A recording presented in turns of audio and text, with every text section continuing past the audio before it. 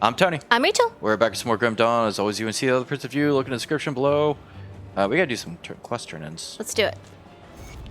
There's Kara's. I'll speak with Creed at once.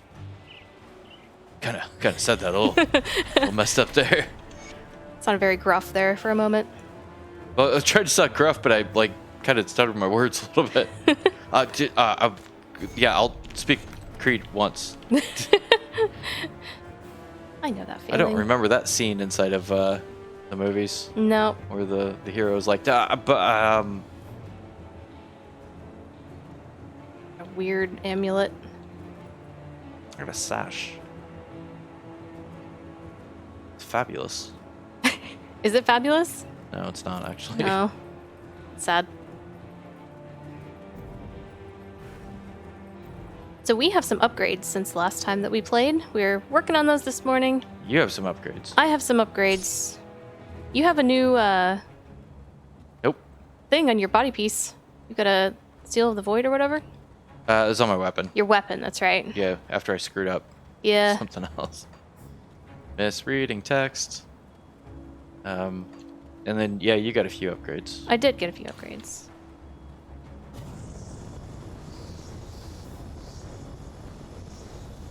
Asterkarn Valley. Okay, let's good? see. Yes, I am. I have no idea where you put your portal, so I'm going to put one here.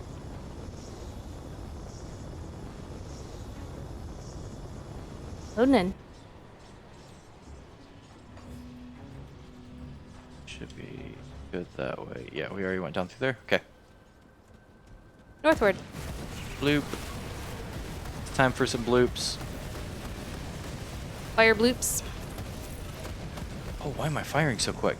What was that? You have a thing? I don't know.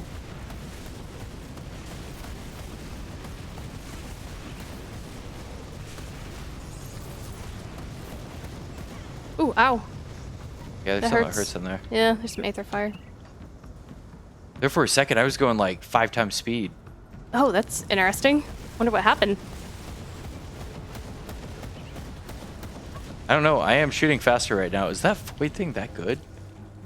Really, it's not. We'll have to look at what it does. 5% attack speed. Like, well, it has other stats on it too, but... One sec, let me double check something. Okay.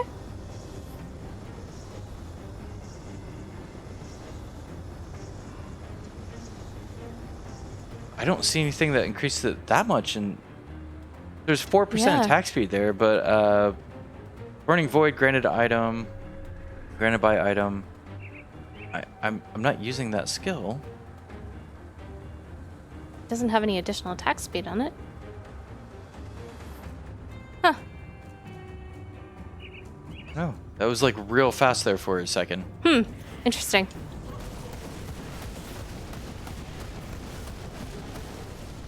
Unless there's a hidden stat on the thing that I'm not aware of. I say the more fire, the better. Yeah, me too, but I'm a little it's more of the confusion that's getting to me at this point than the... Like, whatever, I'm firing faster and stronger now. Yeah. So take it. I don't exactly know why. Like, I got firing like super quick. Huh. We'll have to see if it happens again. I'm curious.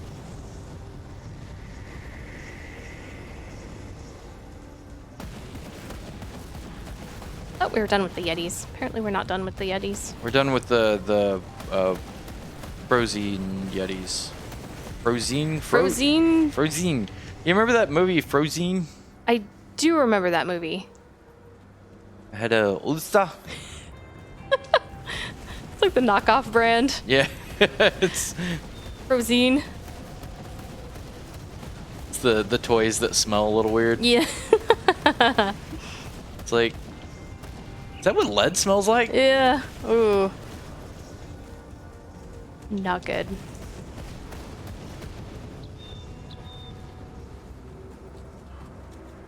Remember, like, every year around Christmas, there'd be those DVDs that would come out in the $1 bin Yeah. that were like the knockoffs of the actual movies that came out that year. It's like, how is this legal? It's like Rodolph, the purple-nosed goat. Elk. Yeah. Exactly. who's getting those instead of the other ones too? Because it's like they were knocking off things that were already like $2, and they're like, here's a $1 version of it. Yeah, exactly. I don't know. Someone's clearly buying them, otherwise they wouldn't do it. They did do well, I wouldn't say that. Like, there's plenty of bad decisions that have been made. True. Out there. You ready? Oh, we can't go through there. I That's not a would be if I could get over there. There was like remember when those Lego bot things got real popular? I can't remember the name of them. Lego bot things. It's like BattleBot. Like, what was the name of it? Huh. I'm not sure I know what you're talking about. Said it, I think you'd recognize it. Okay. They were Legos? Some type of Lego? They're made by Lego. They were like the Lego guys that look like robots almost. Okay, I think I know what you're talking about. I can't remember. It's not BattleBots. Bionica. Bionicles. Bionicles. Okay, I do remember Bionicles. So I remember when that first got popular, and there was a lot of things that tried to look like that thing. Mm-hmm. And then in like the bins were like the toys that smelled weird. That it's like Bionicles, like instead of spelled just slightly off. And like they were robots, ish, and you could put them together, kind of. Yeah. Right. So yeah, I remember those things.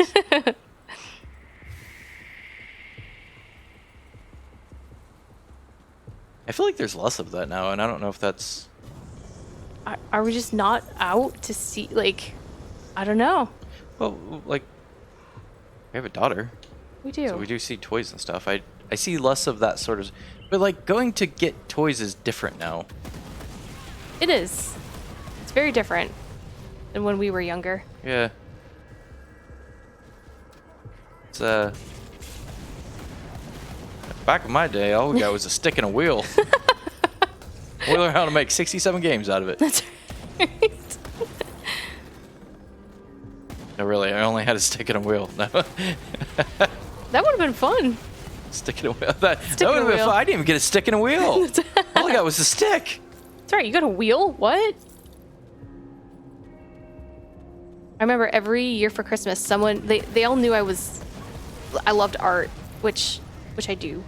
So every year someone would get me a set of rose art crayons, and every year was like a different family member. I don't know if you've ever used the rose art crayons. No, they're horrible. Yeah. They're the things that when like, Crayola was like, hey, here's our garbage that we threw out because the wax wasn't right. They're like, we'll take it. Yeah, like you could have probably just set them on fire and they would have been really nice candles. But as far as like having pigment and stuff in them, they did not. Oh, they smelled weird.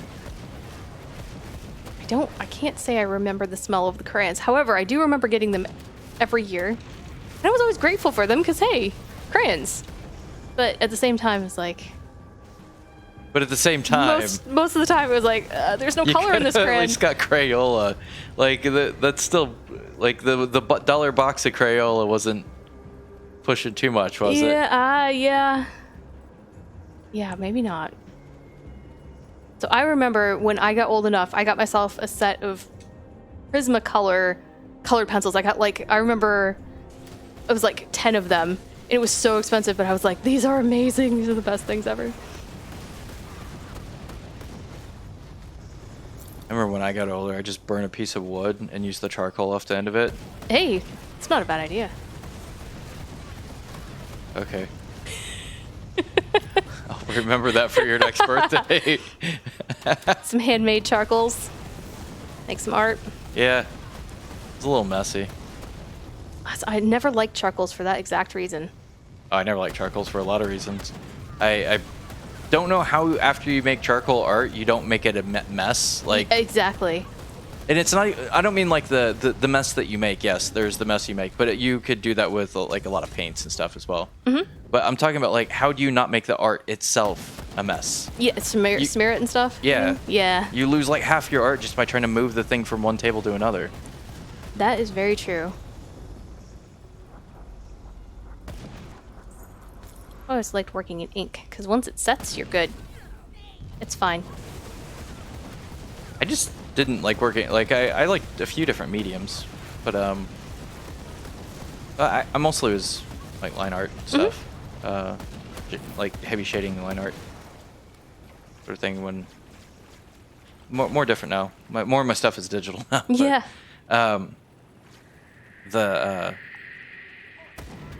Yeah. The gift thing though, yeah, I got those sort of things as well. Yeah. Oh, ready? thanks. That's totally what I'm into. Yeah.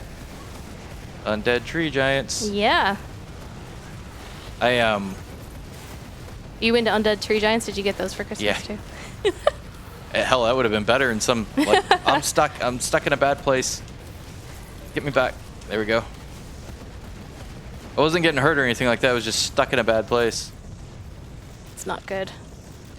We don't want you to be stuck in a bad place. I don't want to keep some. No, I want to pick these up, please. Ah, dang it! Come on.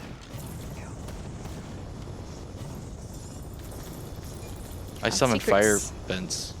There's a lot of fire vents going on in there.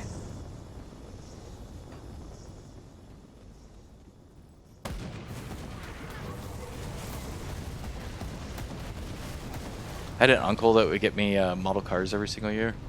Oh, that's interesting. Yeah, except for like I did that one time when I was younger, and he was like, "That's what I'm getting you every year now."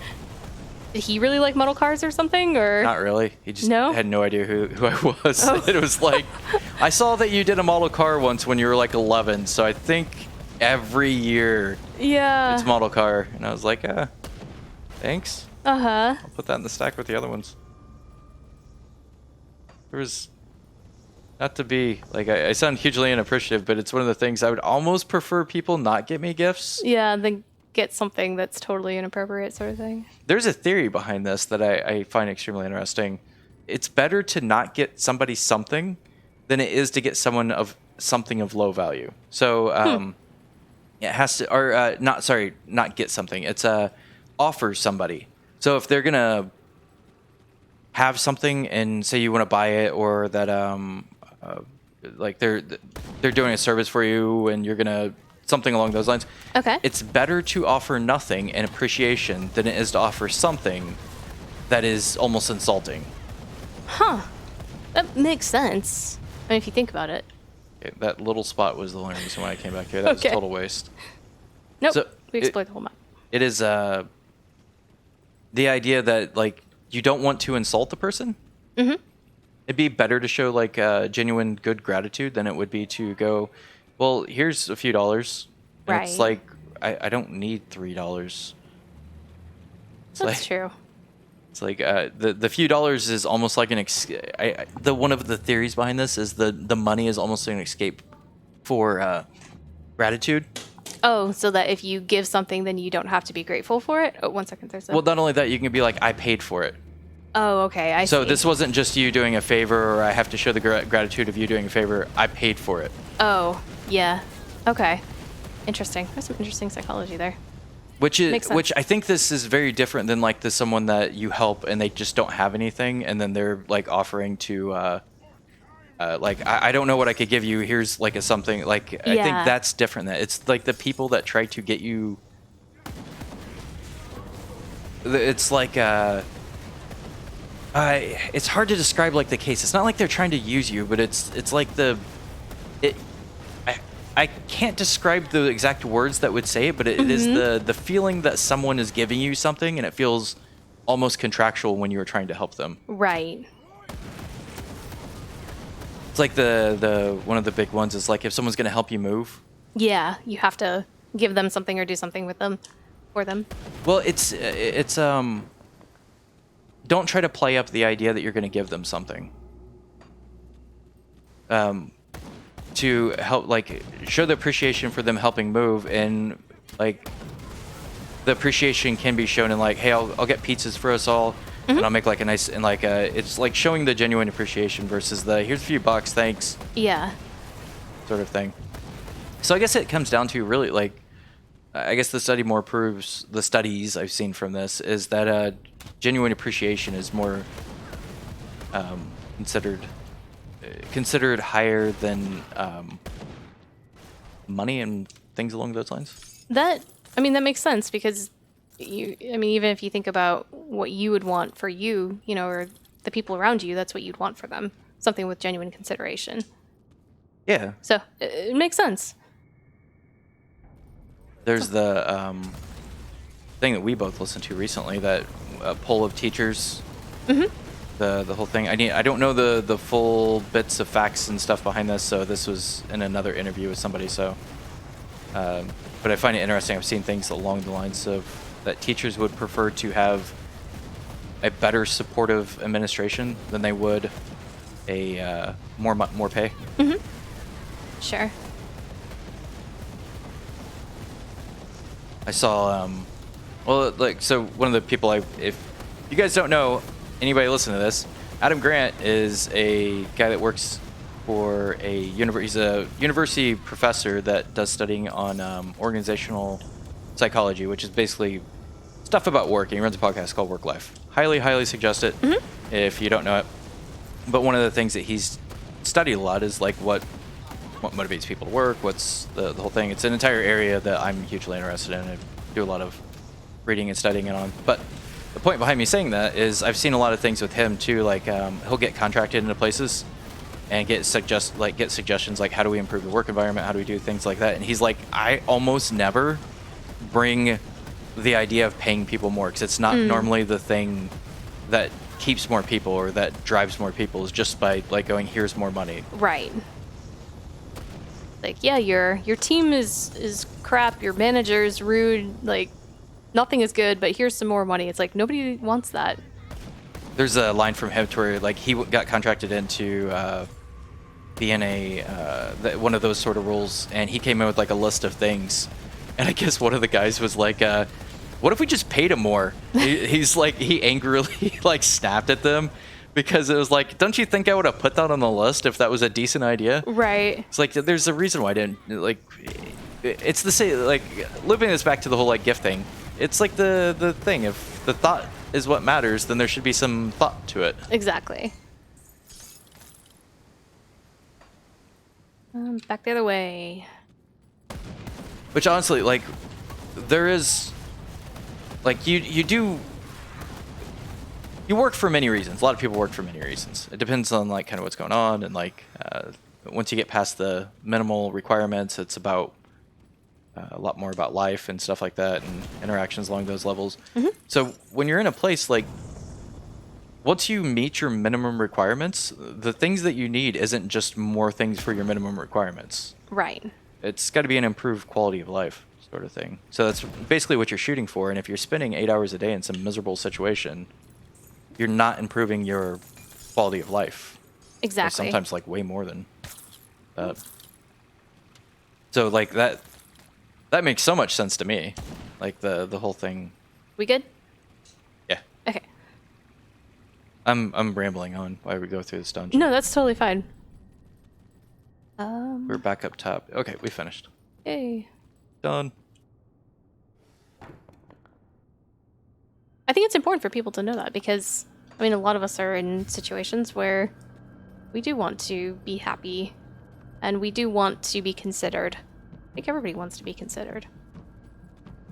So it's important to make that more of an expectation. Yeah, it's... So one of the best work-life episodes, which the one that Adam Grant runs called Work Life, it's TED Consortium. I don't know what exactly. It's a good podcast. If you like podcasts, I'd highly suggest it. But anyways, within that, the most recent one's one of the best ones I've heard, and they're going through like the whole idea of like psychological safety in work, and the whole idea like, are you open to say things, like what's the criticisms like and stuff. And this isn't like the like nobody's allowed to say anything negative to anybody. It's not that sort of thing. Actually, the last interview is one of the best ones, which was one of the top military generals, and he's like the one that oversaw the takedown of Osama bin Laden and Iraq. Who was the dictator of Iraq? Hussein? Yeah, Saddam Hussein. So like. Oh wait, no, he wasn't the dictator of Iraq. Saddam Hussein. I don't remember. Actually, I think that is right. Isn't it Hussein? I don't exactly remember now. Maybe? Anyways, whoever that was, like this is the general that was like the head of the programs for those sort of things. Like he's one of the ones that was the decision makers in the SEAL Team 6 stuff, the one that led the team. Okay. And his last interview was with them about how like he has psychological safety, and it has to do with like people being willing and capable of saying when things are wrong, instead of having to fear that anything they say it's a emperor has no clothes issue, which is, it's kind of beyond the idea of just consideration. It's also the idea that like I'm a human being and I'm not allowed to be treated as if every moment I speak I've got to fear for like sometime my livelihood. Like yeah.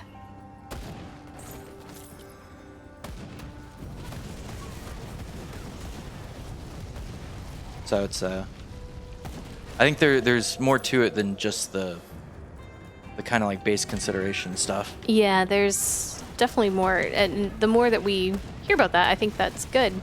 The more workplaces that we expect to have that, that's good. Treating people like people who have contributions and are worthy in and of themselves. I think that's just an important concept.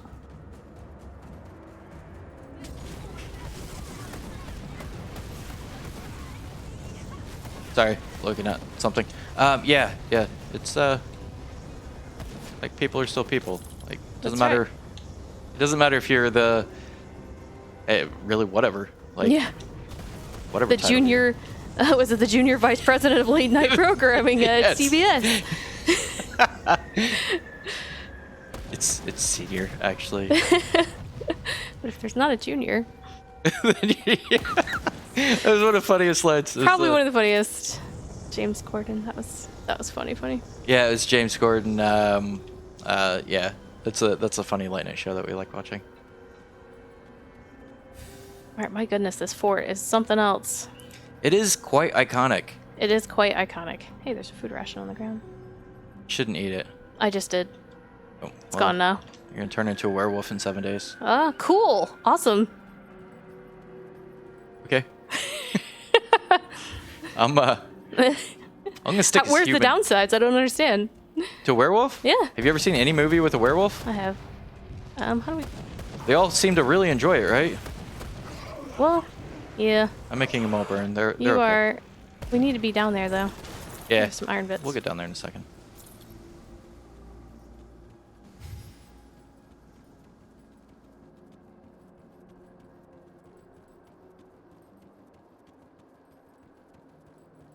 There we go.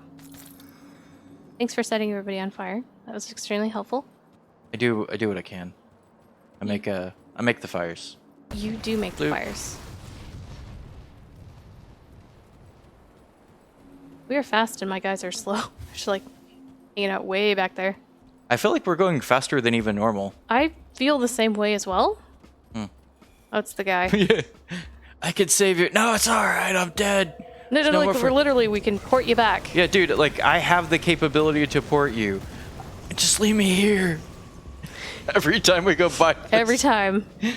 I know it's supposed to be like emotionally sad and everything, but it's more just like, we have the means to help you. Yeah, dude. Here's a health potion. No, no. Just leave me here. do you like? I could show you how we resurrect. Like that's a thing. Yeah, that's Leave right. me. Leave me. Dude, it's not hardcore mode. Get over it. Yeah. Oh, maybe he was playing on hardcore mode. Taking out the hero. Yep. I remember this one hurts a little bit. Oh, maybe What? not. Never mind. The hero? Yeah, I thought that fight hurt a little bit more than it actually does. I don't think we've been bothered by heroes for No. a little while. We are at that place.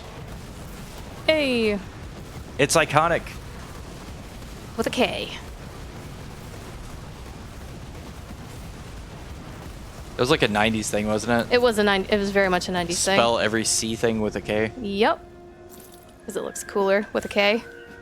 So there is actual, like that's an actual thing. What do you mean? That there is cooler letters and cooler sounding letters It's has to another thing I study a lot was like presentations and stuff. There are words inside of, say, like comedy or presentations that are considered essentially cooler than other words. So Really? yeah, saying like certain words or certain letters that start with words are considered more. Yeah, I know. You just meteored that. Sorry. It was just a dummy though. Like I guess the letter K is considered funny and to be cool. Huh. And like the letter S like has kind of like there's different connotations, and I don't know all the connotations behind it, but there is like kazoo. K and Z's. Those are both cool letters. Well, they're funny letters. They're actually Funny letters. like if you look at comedians, real good book to actually read is Do You Talk Funny? David Nihill, another really good suggestion. He goes through this a bit in that, and there's a few other books that he points to that goes through this. But it's essentially there are certain letters that comedians, like professional comedians, will know that if they can work those letters in, they're more likely to be funny just because those have like kangaroo, kazoo, Copacabana. Like it's these sort of things sound more funny for some reason. Oh, that's weird. I never thought about that. But the psychology behind the sounds that come from certain letters actually have connotations. Like we almost apply funnier things. He used an example of like monkey versus something else, and I can't remember what he used the other one for, but it was like the like these are the same thing, but they just sound different. There was a thing from what was his name? The guy that played the jerk, the movie from the 80s.